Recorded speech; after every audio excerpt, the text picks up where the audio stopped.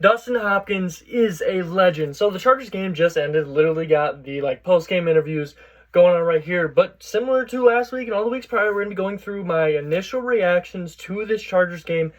And oh boy, what a great game. So first things first, obviously, Broncos honestly played a really, really good game. Their offense looked like it was moving for the most part. Late in the game, both offenses definitely slowed down a lot, and the Broncos weren't able to put anything together. Dustin Hopkins getting his interview right now. Literally, man's a legend. Gets hurt on the first kick. Misses last week. Gets hurt on the first kick of the game here on a 37-yarder was the first one. Comes back, hits a 31-yarder. Comes back, hits a 35-yarder. And to win the game, he hits a 39-yarder. But, back to the Broncos saying, Broncos looked pretty good. Offensively, they were moving the ball pretty well, especially in that first quarter, getting 10 points by themselves in the first quarter. Chargers had 0 in the first quarter. Definitely slowed down a lot, but Broncos defense was looking extremely good. And here's the thing. I need to give props to this Broncos defense. Definitely. Well-deserved. They were looking incredible, doing a great job late game, and especially in overtime. Both defenses did really good in overtime. But you still got to give some of that, bad credit to Joe Lombardi. And the past 2 weeks, I was giving him a lot of credit. I'm like, yeah, you're moving in the right direction, especially last week. I really liked how he called the game last week. But this game, after the first half, especially the fourth quarter and overtime, I did not like how Joe Lombardi was calling it. I feel like, just too many short plays. I mean, we're talking, there was a point in the fourth quarter where on first down, you ran a screenplay. And then on second down, it was like an incomplete pass. It was a short pass attempt. And on third down, you ran the exact same screenplay as first down, and you still don't get the first down on third down. It doesn't make any sense.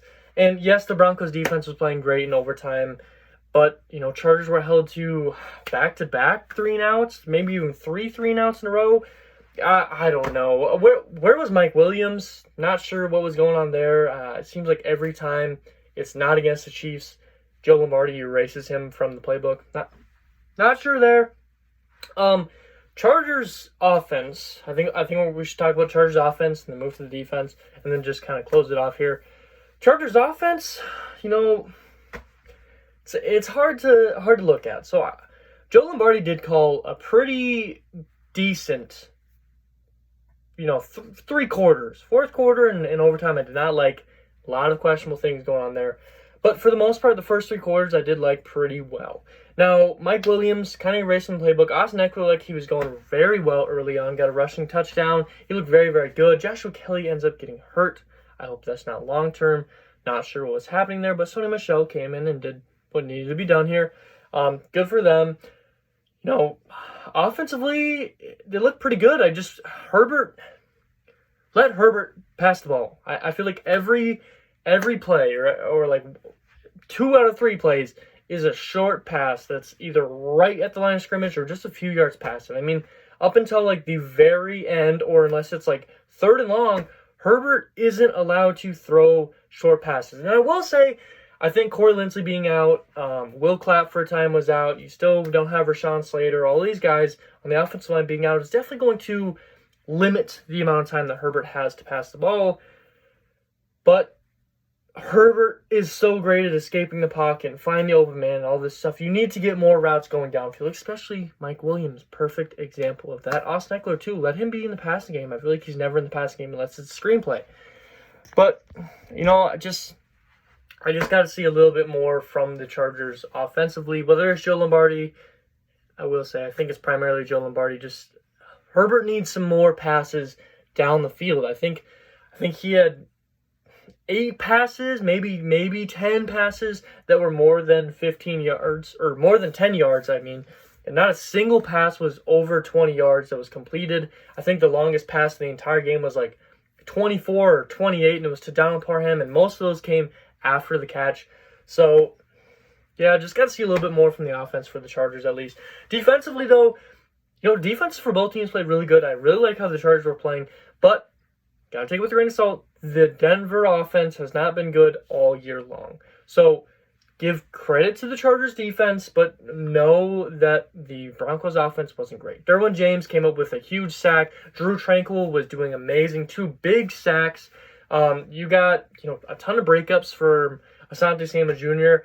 And Michael Davis comes in late in the game, due to J.C. Jackson's poor play once again. Michael Davis was making some pretty solid plays, but I think the biggest thing to talk about here, Khalil Mack had a sack too. Sebastian Joseph-Day was looking great in the run defense as well as Austin Johnson. But biggest thing I think you got to talk about here is what's going on with J.C. Jackson. I mean, what's going on? Every single week, it feels like Casey Hayward Jr. and his last year with the Chargers.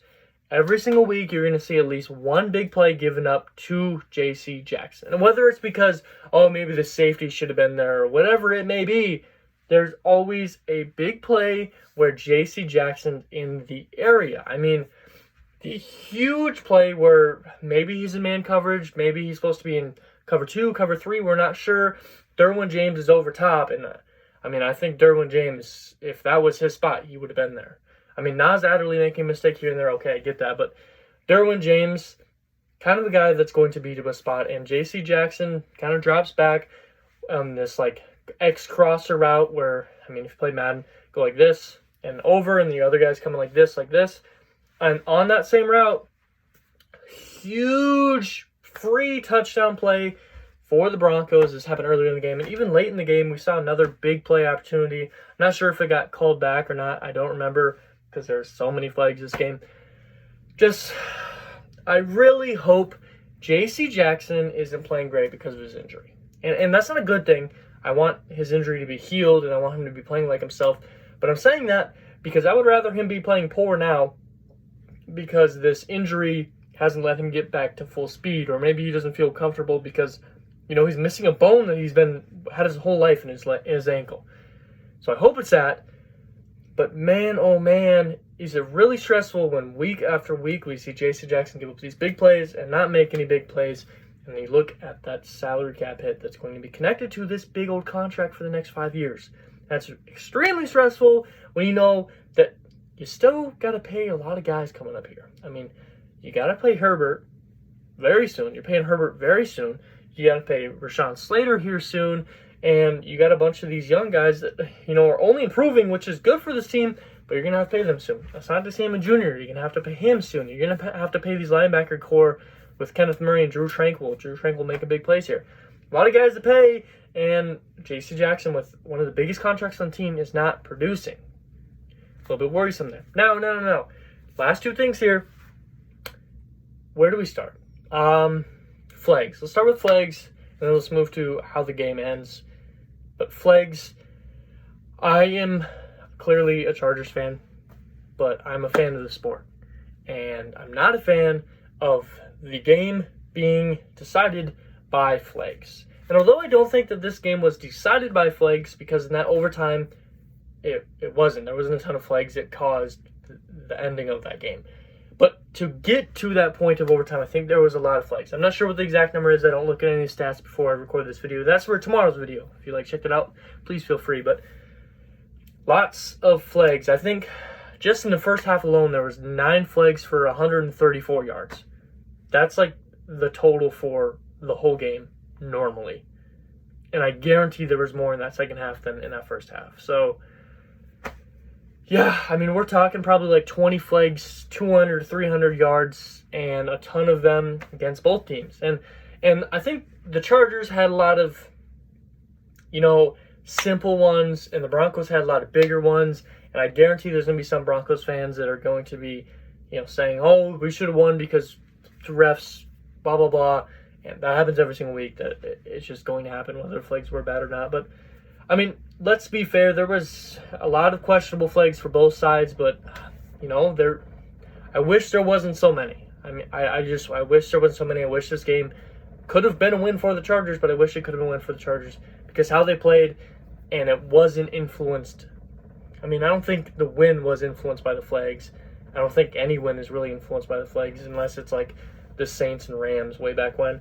But I wish it was more about, hey, just you make the plays, you go down and score, and it wasn't so much of oh, you're losing 10 yards here, or oh, you're gaining 30, you're blah, blah, blah, losing 15. I wish that wasn't such a big factor, especially this year. I think it's been really bad. Now, last thing, special teams. Holy crap. Mentioned Dustin Hopkins, a 37-yarder, 31-yarder, 35-yarder, 39-yarder, super consistent, 4 for 4. Great on him. and J.K. Scott hit the extra point. I completely forgot about that. I think he did. J.K. Scott took over kicking duties on kickoff, and he was bombing those things. I mean, absolutely ridiculous. But Dustin Hopkins, I mean, kudos to him. Great work for him, banging in the opportunities he was given, especially with a hamstring injury, which, as we've seen, a hamstring injury has held out Keenan Allen for 5 straight weeks now, and I think that's a huge factor in why this offense ain't moving right. But Keenan Allen's been held up 5 weeks with a very similar injury, and Dustin Hopkins going out there and winning the game for the Chargers. Talk about winning the game.